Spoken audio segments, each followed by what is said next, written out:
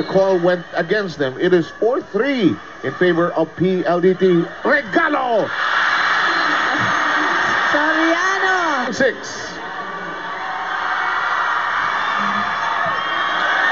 Regalo. Hindi lang naupakan. Ngayon naupakan. Naibalik kasi ni Ging. Naibalik niya on the first ball. Even with the triple block, si Ali has been scoring it for PLDT. Pinabawi. Pinabawi. Hala! That's what Charo's been fighting for. Ruby served. Regalo. Ayun na naman. And si Charo, pangatlong regalo na in-embrace at tinanggap ni Charo Soris.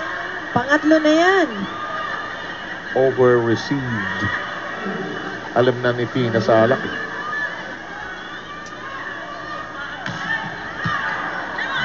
Regalo. And Eliza Valdez taking care of that one.